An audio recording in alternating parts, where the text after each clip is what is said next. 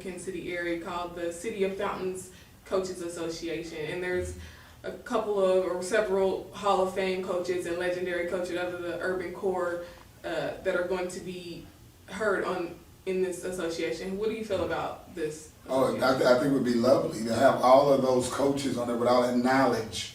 And, and for me to be on there with them would be like a tremendous opportunity to be there to learn from them and to grow, and then hopefully we can come together and put our heads together and, get these kids where we want them to be and get our, our leagues and coaches where we want them to be.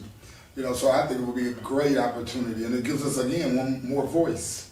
When you have like legendary coach like Coach Bush talking, everybody listens. Me included, I'm taking notes.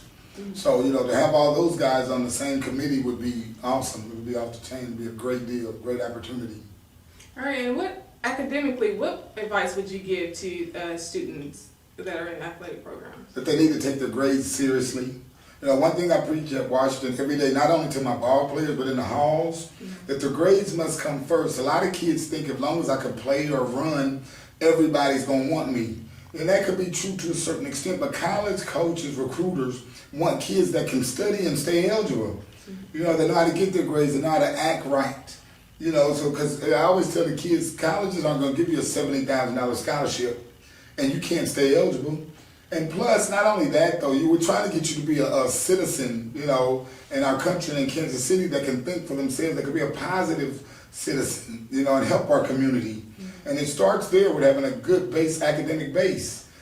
So I really don't like it when kids think that I'm good because I can play, but I have D's and F's in class or C's barely making it.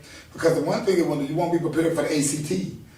A lot of times, if you're not taking those hard classes, those college prep classes, when you get on the ACT, it's a challenge.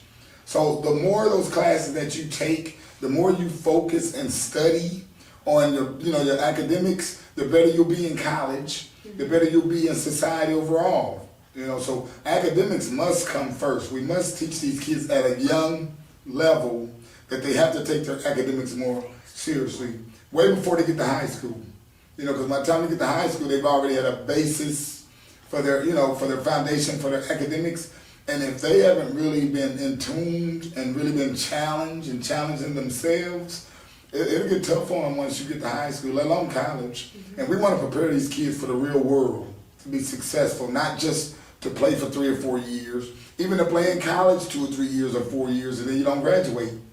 That's all good playing, but you're not ready for the real world. It's going to be tough to get a job out here in this market. So we really want to make sure that we push home with these kids that they need to get their academics and their studies a lot more, be more serious in the classroom.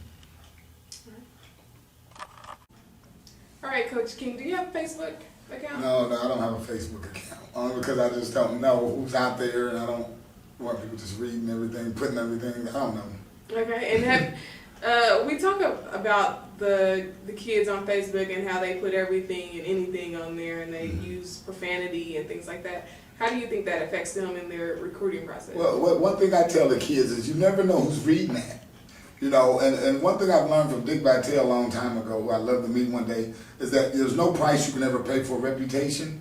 And if people are reading things on there on your Facebook page and you have all these things that you shouldn't be saying or pictures you shouldn't have on there, that can stop people from wanting to give you a scholarship. That can stop you from getting jobs because you never know who's reading that and what they say about you. So, I was always taught if you don't have good things to post or to put or to say about people, don't say anything at all. And sometimes these kids have got to understand that everybody's reading what you say, not just your friends. So you really need to take that more seriously, what you're writing on there, what people are reading about you. Because, people read about you before they even meet you. So you don't want to damage your reputation and have recruiters and colleges and just people jobs turn away from you and you'll be wondering why. And it's because they're reading bad things about you or bad things you're saying or doing for everybody to see. So I'm really careful with that Facebook, but it's needed because that's why I like the social media. Because, people can see you, hear you, get to know you from far places. It's not just about the people in your hometown that get to know you now. With the media the way it is today, you can have people in Japan read about you, or people down in North Carolina or in Texas or California, which helps the kid get recruited more because a coach that might not ever see him or have seen him Okay, now has the opportunity to hit a button, and now we can know who you are, watch you play, know your coaches, know what you like, what you don't like. So I think it's wonderful if used correctly.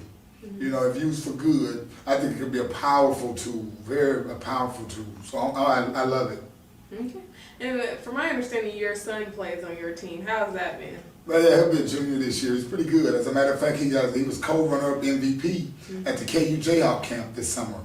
You know, he plays a little 3-4 me. He's about 6'3", 6'4" now. Could shoot the ball. He shoots the lights out with the jumper. So it's going to be fun to watch him as a baby and put that ball in his hand to where he's at now. And the one thing I'm proud of, he's a 3.3 grade point average.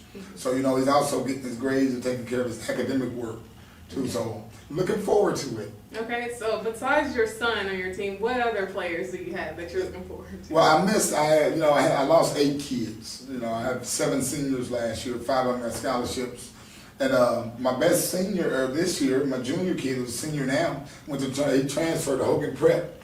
So we're going to miss him inside a little bit. But I have a kid that's going to be a senior, a 6'9" kid by the name of Dominic Wilson. He's in the top 100 class, ESPN. He's ranked the number 9 center in the country. So we're looking for big things out of him. They might end up signing with Miami Hurricanes on him pretty good right now. Mizzou likes him. He even worked out down there with KU with the elite camp. And they liked him a lot. So I have him, and then I have a kid by the name of James Joppa. That's a junior. My junior class is one of the best classes in the state of Kansas, to be honest. James Joppa was a 6'4", big power post kid. You know, his mother's a counselor at our school. He is like a 3.8. He's on the National Honor Society. He's going to be a beast inside. Then I have a point guard by the name of Jamie Trevelyan, who set out, he backed to my point guard last year, was a senior, but Jamie's nice. He's an 11th grader as well. And he averaged about 8 assists a game. And the JV averaged like 15 points a game with probably about 10 assists. So I'm looking forward to him stepping up as well. So really, I do have to retool this year a little bit, but it'll be all right. I have a really good underclassmen. I've had the top 3 recruiting classes for freshmen the last 3 years. So the future's really bright at Washington. All right, and do you have a rival team there? Or any game that you don't want us to miss? Us and Sumner Academy. Okay. Right now, we're pick number 1 in the league. They're pick number 2, and some people flip-flop it. But they have a kid by the name of Benny Parker. Right now, he's in New York visiting, and they're going to be special. They've been the last 2-time 4A state champions, you know, for over in Kansas. So us and Sumner Academy is a huge game. It's going to be a huge game. Probably be Metro Sports Game of the Week, to be honest. So, but everybody's a rival. Everybody wants to beat you, you know, at our level. Beating Washington is a big thing because we're a basketball school, you know. So we have to prepare for everybody and give everybody the best effort. And we play 3 or 4 schools. We may play Hogan Prep over here. We play Pembroke Hill over here. They're on our schedule this year. I don't know if we may play Raytown South again. We played them last year. So, you know, these Missouri schools are pretty good as well, and it's a lot of tough competition. So we just have to prepare ourselves and be ready for war. All right. Is there anything else you wanted to say to the audience? I'd just like to thank Cascade Sports. You guys have done a wonderful job, and you've done a wonderful job as well, you know, with this interview. And I really thank the time that you guys have given me and my school and our program to, you know, get us out there to everybody. And hopefully we'll see you at a Washington game. Yeah, we definitely will be there. Love to see you. All right. And remember, the victory we call success goes to the best prepared.